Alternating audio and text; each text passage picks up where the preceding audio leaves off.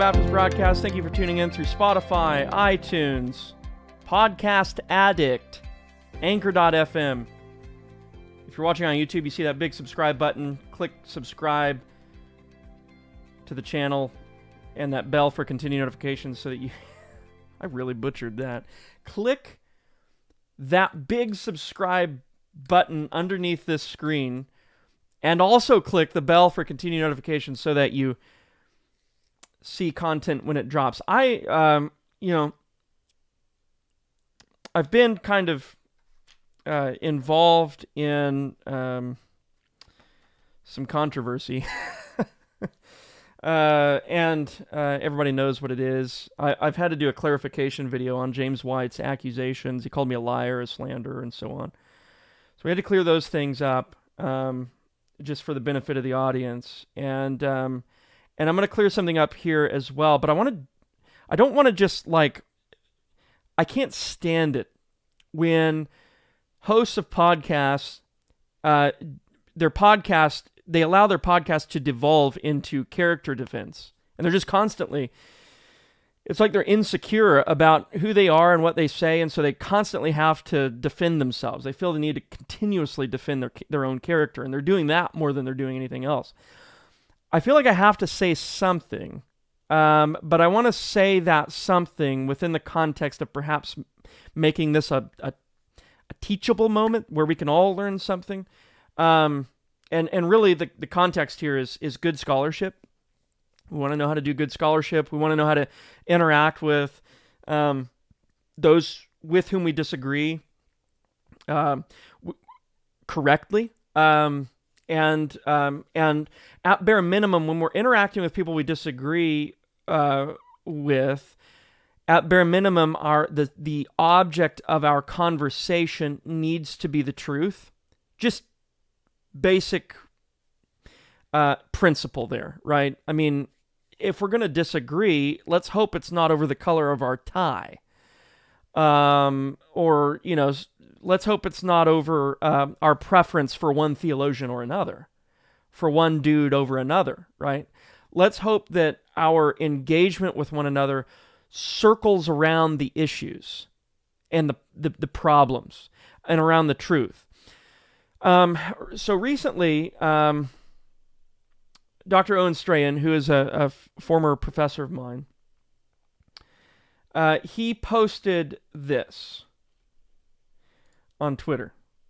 If John Calvin, one of two men most responsible in human terms for the Protestant Reformation, the other one presumably being Luther, is not a very good Trinitarian theologian, but the new 30-something Thomist theologians are the very standard of excellent Trinitarianism, we officially live in crazy town. First of all, my tweet right here, which somehow got dug up from a month ago, April 7th, and given to Strachan and James White and all those guys, it's a subtweet. You can see that by looking at the little thing, little kind of metadata underneath my name. It says replying to @acolyte 833494990. Which is funny because the graphic that I'm about to show you, I struck out his name and stuff, hoping to conceal his identity, but nothing gets by Twitter, so you know who he is. All right, so somebody's asking me a question, and I'm answering his question. So this is not just like a tweet that comes out of left field and it's put on my main profile and all this. I'm answering a question from a guy who's familiar with the context of my answer. And here, I'll show you exactly what that looks like. Unfortunately, that wasn't... it's not posted with its context. It's posted as if I just said it, without any context, and I was just blurting something out about Calvin. The question is, does this include eternal generation a la Nicaea, or no, a la Calvin, asking for a friend? And the reason why he frames the question that way, as if there's a distinction between Nicaea and Calvin, is because, and this isn't me that's making these observations for the first time. There's been a lot of scholarship on Calvin. You can look at a book by Brandon Ellis, his dissertation, I believe. maybe it's a master's thesis, I can't remember, on Calvin's Trinitarianism, the Autothean debates and all that. And you can get that on Amazon. And then there's also Ben Merkel, Doug Wilson's son-in-law, who wrote his doctoral thesis or his doctoral dissertation on John Calvin. So there's been some stuff on Calvin, significant scholarship done on Calvin, good scholarship done on Calvin that's shown, look, in some places Calvin's by himself exegetically, in some places in Scripture. And in his articulation of the doctrine of the Trinity with regard to eternal generation, he's also by himself, at least in terms of how he articulates the processions. Like out of in one place he'll say the Father is the beginning in the order of processions. In another place he'll say, well, no, the Son is God of himself. And to view the Father as principal in the order of processions, not good. And so there's some obscurity in Calvin, which is why if you're looking for a Trinitarian theologian in the same time frame, I would recommend someone like Zanke, Peter Martyr Vermigli, somebody like that, over Calvin. Look, Calvin's a brilliant theologian. Given the circumstances that he was in, the political pressure that was put on him, did a great job. Wasn't a trained theologian, was a trained lawyer. Given that situation, did much better than I could have. The guy was sick. Said on an average day that the best he would feel would be like how you feel, the worst you feel a modern person would feel with the flu. He dealt with kidney stones. His wife died after 9 years of marriage, Idolette. He was run out of Geneva the first time he was there. So, did great things. God used him as an initiator for a whole massive wing of the Reformation. I don't want to downplay any of that. In fact, I just wrote 2 articles in favor of John Calvin. John Calvin on John 17:5, and then also John Calvin's Classical Theism, where I went through some relevant parts of his institutes. You can find that on thebaptistbroadcast.org or .com. But you will never see that in posts like this one. Because the objective in posts like this is to get the interlocutor to look bad. It's defamement, pure and simple. The sad thing about that is that the doctrine, the truth or the falsehood thereof, is not the concern here. Me disagreeing with a personality who lived long ago is the concern. As a scholar, I would hope that Dr. Strachan would have as his object the doctrine and the truth or falsehood thereof, because that should be our concern.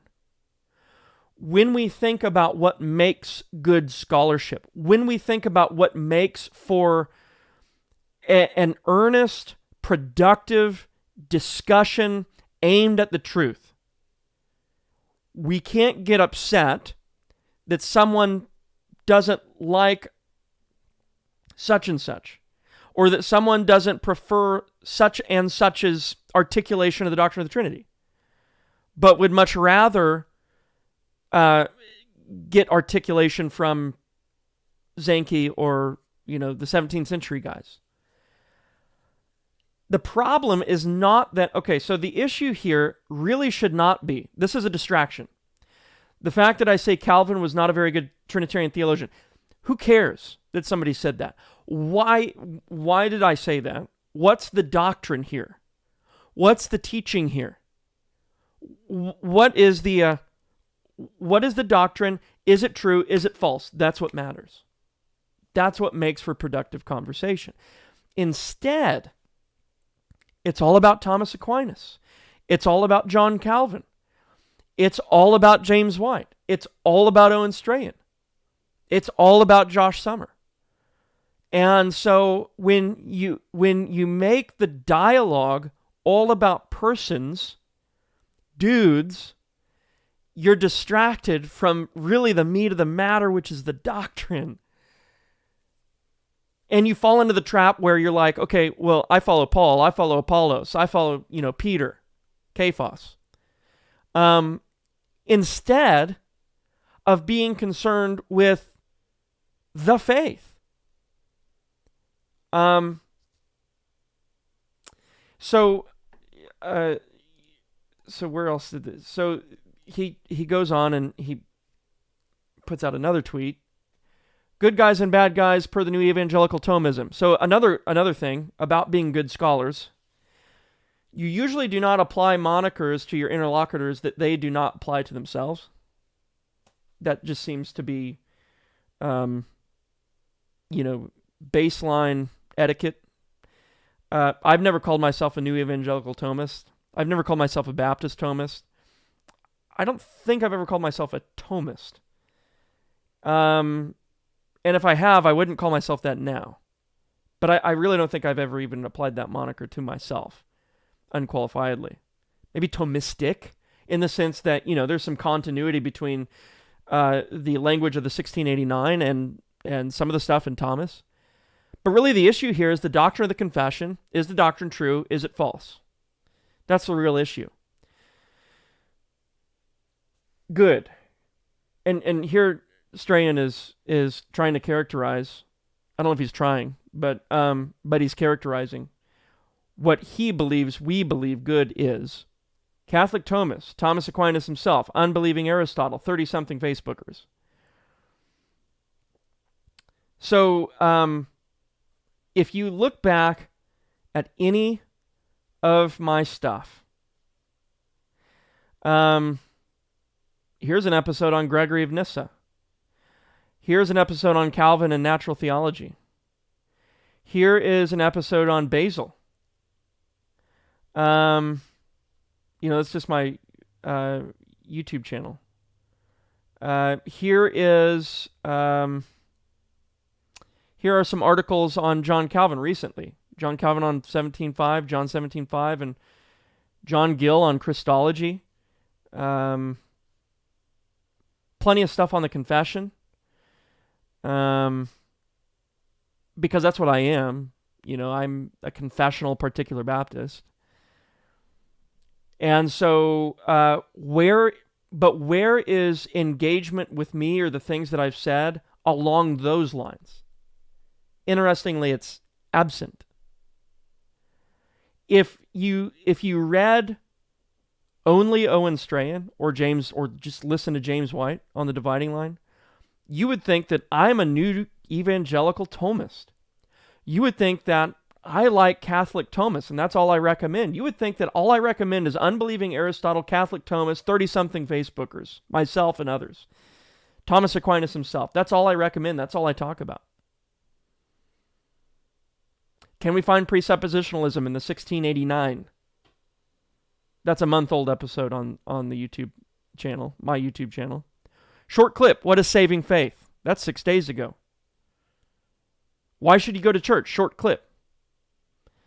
That's a month ago. Simply put, what is simplicity? I think I engaged the Second London there. What happens when faith and obedience are confused? I definitely engaged the Second London there. My channel is called the Baptist Broadcast, and I'm always engaging the Second London because that's my confession. Again, it's about the doctrine in the confession. Is it true or false? Does the doctrine have continuity with Thomas Aquinas? Yes. Does the doctrine in the confession have continuity with the early church fathers? Of course. Glad it does. That just proves God's faithfulness over the timeline of church history. Does the 1689 agree with everything that Thomas said? No, neither do I. But see, you don't get that from these guys.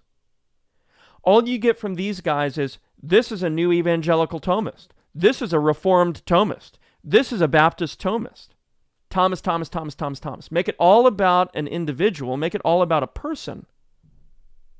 So that you can distract from the meat of the matter, which is the doctrine itself, and you can just play guilt by association. That might be good for platforming. It's not good for dialogue. Clarity in dialogue It's not beneficial for your audience. It's not. It doesn't move the discussion forward. It runs the risk of slander. It runs the risk of alleging inaccuracies about another person's character, which has happened demonstrably. I showed that 2 weeks ago on James White's accusations on my YouTube channel. And this is the same kind of stuff.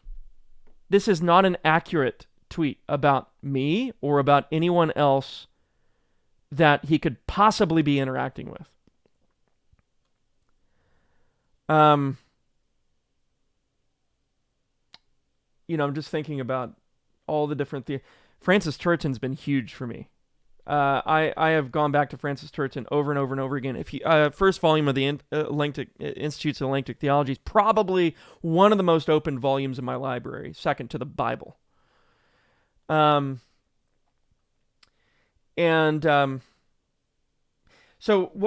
what we want to, as Christians, what we want to aim for is the truth. We have to be very careful, especially as scholars and pastors, not to make the dialogue about dudes. It must be about doctrine. I've been very intentional. And it's taken the counsel of other men other than myself, because if left to myself, I would do the same thing. I have good friends who say, wait, no, don't say that. That's stupid. Right? And so I just want to encourage and admonish a seeking after the truth. That's the Christian's business. God is truth. And so we ought to be concerned with the truth. And truth is true no matter who said it. And a person can be wrong no matter what they've done that has been good in the past. So this whole personality cult, which is so, it's all over the place. It's so pervasive. The whole 11th commandment, thou shalt not touch the Lord's anointed, and all of that, has worked its way into everywhere. Every sector, every bubble of evangelical conversation. It's worked its way into every sphere. And so what you get is, thou shalt not touch the Lord's anointed. You cannot say this about this person. He's too influential. You can't say it because of what he's done elsewise. But what he's done elsewise doesn't negate other things that he's done that are not so good, or things that he's done that are not correct. Said things that he said that are not correct. Again, truth is not a respecter of persons. And I think dialogue would go a lot more smoothly if we could recognize that fact. Again, I've been beating this drum. Go look at the confessionalism episode with Steve Meister that I did just 11, 12 days ago. Very helpful. It's helpful for me. I think it was helpful for a lot who listened to it. The question is, what do we confess? Is it true? Is it false? That's the project. What does the Second London mean when it says God is without body parts or passions?